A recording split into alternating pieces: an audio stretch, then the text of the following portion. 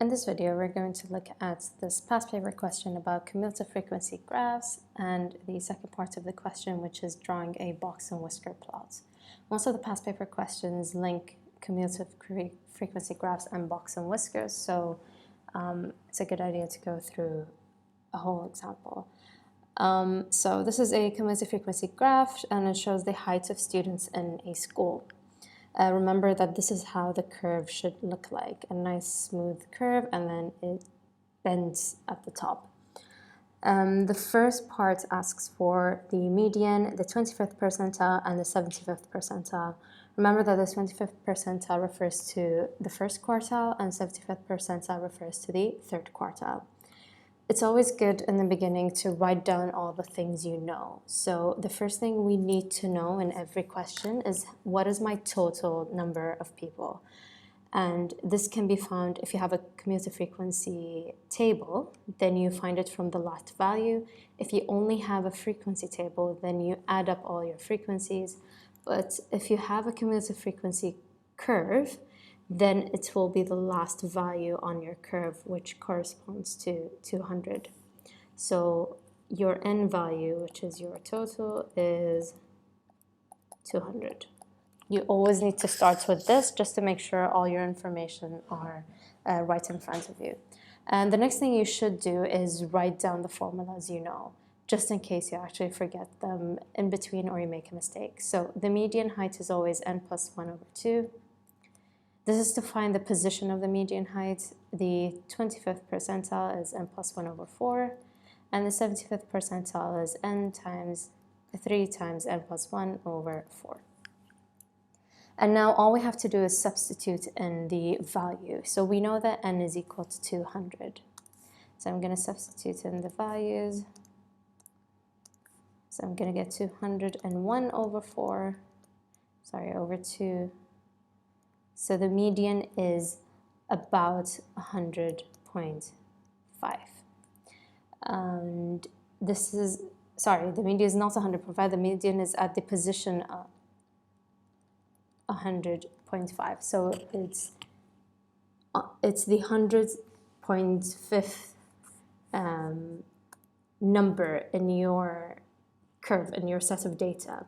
And so what you have to do is you have to draw a line from the cumulative frequency curve, because these are the positions of your numbers in order. So 105 is about here. It's quite hard to do it with decimal numbers, but you try your best. And you go up to your curve. And as you hit your curve, this point refers to the 100.5th value. And so you go down and you get to 170.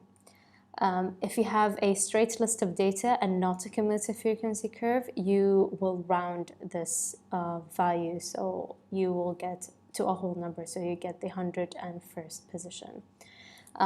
So for now, our median is actually 170. Always remember the units, so it's centimeters. So this is an important step to remember. These formulas only give you the position of your value. You always need to match it with your data set, whether you have a table, whether you have a complete short data set, or you have a graph. You always need to match it to find your actual height. So the median height, the height in the middle, is 170. We continue with the same procedure with the rest of the data, and we substitute in the numbers. So this is 201 over 4, which should give you 50.25. So that's the position again. We can round it to get 50, and then similarly here, 201 over 4, which should give you 150.75, so almost the 151st position. So for the 25th percentile, we repeat the exact same things, exact same step. Make sure you use a ruler when you're trying to match these values. So 50.25 is about here. We get up to this line, and then we go down, which is 163. So our 25th percentile is 163 centimeters, and the 75th percentile is at 150.75, which is almost there. And we scroll down to 172. So our 75th percentile is 172. Always remember to make your answers very clear. You will not get marks for finding the position. You have to get marks for finding the actual height. So remember these two steps that you have to complete. Now, remember what the cumulative frequency graph tells you and what these percentiles tell you. It actually tells you that 25% of these people have a height between 135 and 163. And 25% of the people have a height between 163 and 170, and another 25% have a height between 170 and 172, which means actually a lot of people have a height between these two values. And the last 25% have a height between your 172 and your last value, which is 195. So 25% of the people have a height here.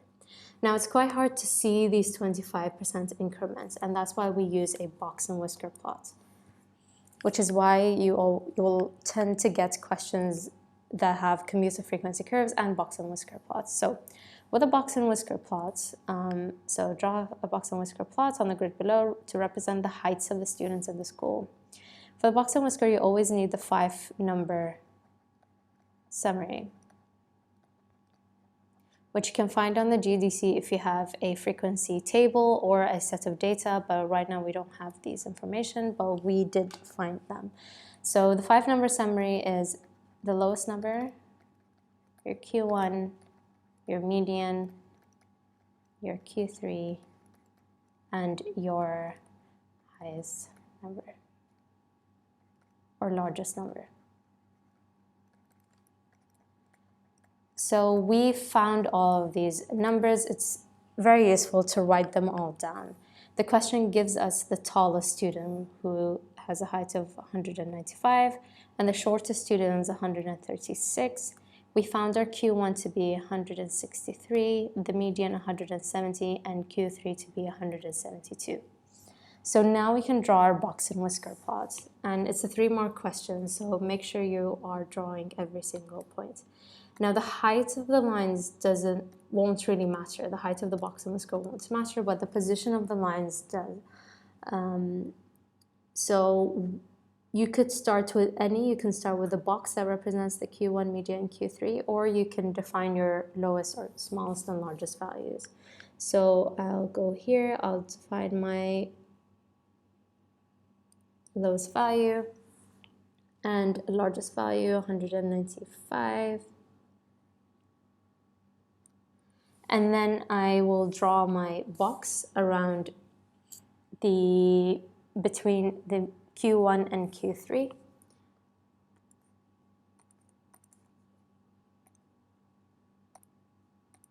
So it starts from Q1, which is 163, so about here. And then it ends at 172, which is here. And then you need to draw a line by the median. So the median is 170, so you need to draw a line here to show that this is the median. And then you connect the box with the lowest and highest points so that you create your whiskers. So you don't need to change anything. If you want to, you can, but make sure your median line is shown. Now we can clearly see the 25% increments. So 25% of people have a height between 135 and 163, 25% of people are here, 25% are here, and the last 25% is here. So it's much easier to see with a box and whisker plot.